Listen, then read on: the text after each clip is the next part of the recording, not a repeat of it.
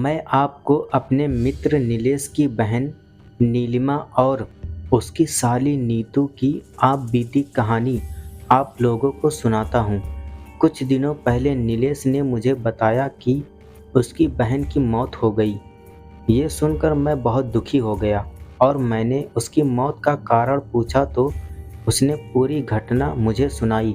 कुछ दिनों पहले नीलेश उसकी बहन नीलिमा और साली नीतू के साथ कहीं घूमने गए थे। नीलेश की बहन और नीतू दोनों बहुत अच्छे दोस्त थे। लौटते वक्त काफ़ी रात हो गई थी। रास्ते में उसकी बहन की तबीयत खराब हो गई। उसे काफ़ी ठंड लग रही थी। हमारा घर अभी भी 100 किलोमीटर दूर था और रास्ते में कोई भी रुकने की जगह नहीं मिल रही थी। थोड़ी देर के बाद हमें एक होटल दिखाई दी तो नीतू ने होटल में रुककर उसकी बहन को आराम देने को कहा।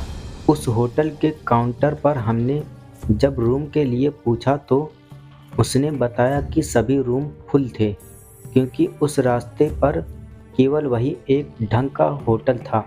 लेकिन तभी होटल के मैनेजर ने बताया कि रूम नंबर 13 खाली है। हमने उस समय अंधविश्वास वाली बातों को न सोचकर रूम ले लिया। जैसा कि आप लोग जानते हैं कि रूम नंबर 13 को अशुभ माना जाता है और कई होटलों में इस नंबर का कोई रूम नहीं होता है। लेकिन ये होटल कई साल पुराना था। जैसे ही वो तीनों उस रूम में गए तो उन्हें नेगेटिव एनर्जी महसूस हुई। उस रूम की कंडीशन तो ठीक थी लेकिन ऐसा लग रहा था जैसे बरसों से यहाँ कोई रहने को नहीं आया हो। उन्होंने कुछ ज़्यादा नहीं सोचा। अब वो अपनी बहन नीलिमा के लिए काउंटर से पेन किलर लेने को गया।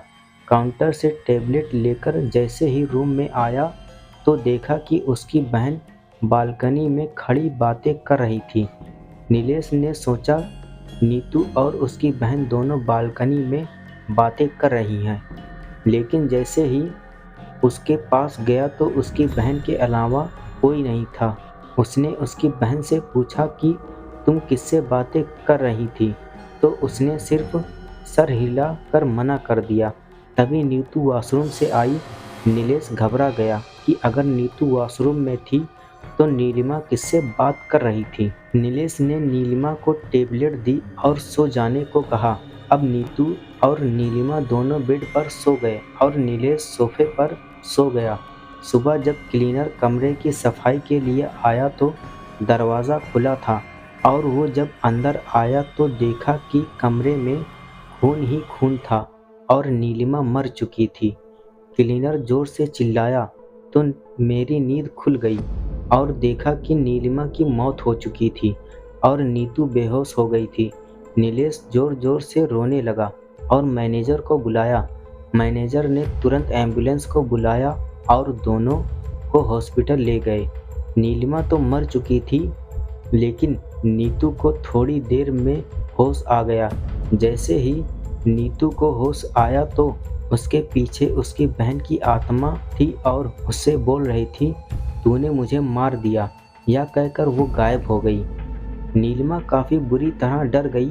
अब नीलेश ने नीतू से सारी घटना पूछी तो उसने बताया कि रात को जब मैं पानी पीने उठी रात को देखा कि नीतू फिर से बालकनी में बैठी थी और कुछ बड़बड़ा रही थी और मैं जैसे उसके पास गई और उससे पूछा कि वो यहाँ क्या कर रही है तो उसने मुझे ज़ोर से धक्का दिया और मेरा सर दीवार से टकरा गया और मैं बेहोश हो गई और इसके अलावा मुझे कुछ याद नहीं है। जैसे ही नीतू हॉस्पिटल से छूटी तो वो नीलेश के साथ उस होटल में गई और उसने काउंटर पर मैनेजर से बात करने को कहा तो उसने बताया कि आपकी घटना के दूसरे दिन मैनेजर की मौत हो गई। वो दोनों शॉक हो गए।